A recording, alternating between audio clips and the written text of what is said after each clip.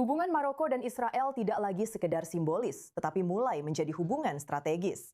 Lebih dari 5 tahun setelah normalisasi di bawah Abraham Accords, para analis mengatakan bahwa kemitraan ini sekarang dibangun di atas sejarah bersama, kerjasama pertahanan, teknologi, dan kekhawatiran atas meluasnya pengaruh Iran. Dalam rancangan Undang-Undang Pertahanan Amerika Serikat tahun 2027, terdapat rencana 10 tahun untuk memperdalam kerjasama pertahanan Amerika dengan Maroko, termasuk drone, lokasi bersama, dan perluasan latihan militer.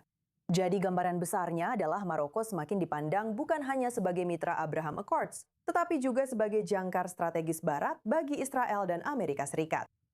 Untuk informasi lebih lanjut, sekarang kita bersama Dr. Mohamed Shatum, analis politik dan profesor senior di Universitas Rabat. Dr. Statu, dengan rancangan Undang-Undang Pertahanan Amerika Serikat ini, apakah Washington sedang berusaha menjadikan Maroko sebagai jangkar keamanan Barat untuk Abraham Accords? Maksud saya, apa tujuan sebenarnya dari peningkatan koordinasi ini? Salah satu alasan keberhasilan Abraham Accords di Maroko adalah fakta bahwa Maroko dan Israel telah memiliki hubungan yang sangat lama. Hubungan itu sudah terikat oleh waktu, karena itu adalah hubungan selama 2.500 tahun.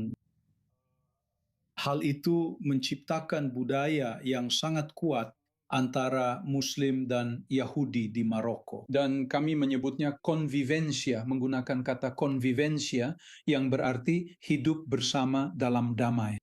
Dan inilah salah satu alasan keberhasilan Abraham Accords di Maroko. Karena hal itu dapat dijelaskan oleh fakta bahwa secara ekonomi, militer, dan juga budaya, Maroko dan Israel sedang bergerak menuju semacam hubungan yang kuat yang sering saya sebut sebagai aliansi.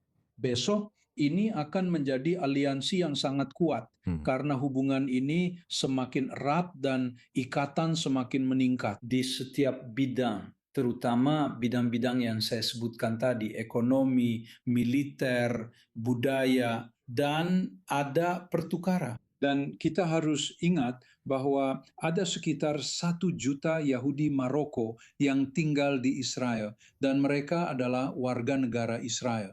Orang-orang ini seringkali hatinya masih di Maroko, dan mereka datang berkunjung, mengunjungi teman-teman mereka, tetapi juga mengunjungi para wali mereka yang tersebar di seluruh negeri, baik di daerah pedesaan maupun di kota-kota. Tapi bagaimana setelah Perang Iran? Bagaimana hal ini mengubah peran Maroko? Apakah peran Maroko menjadi lebih penting bagi Israel? Bukan hanya secara diplomatik, aliansi yang Anda bicarakan ini, tetapi juga menjadi lebih seperti jembatan antara Mediterania, Afrika, dan bahkan dunia Arab yang lebih luas.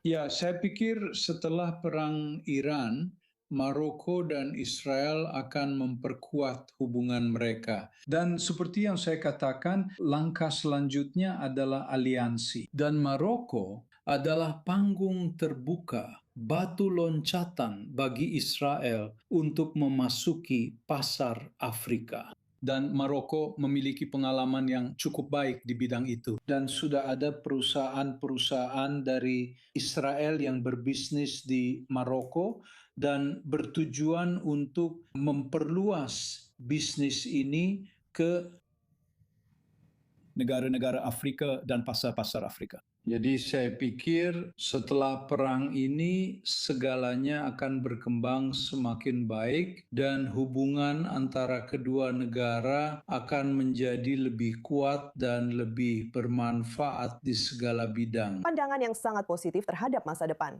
Dr. Mohamed Shatum, senang sekali Anda bisa bersama kami di I24 News English hari ini. Terima kasih atas kehadirannya. Sama-sama, terima kasih.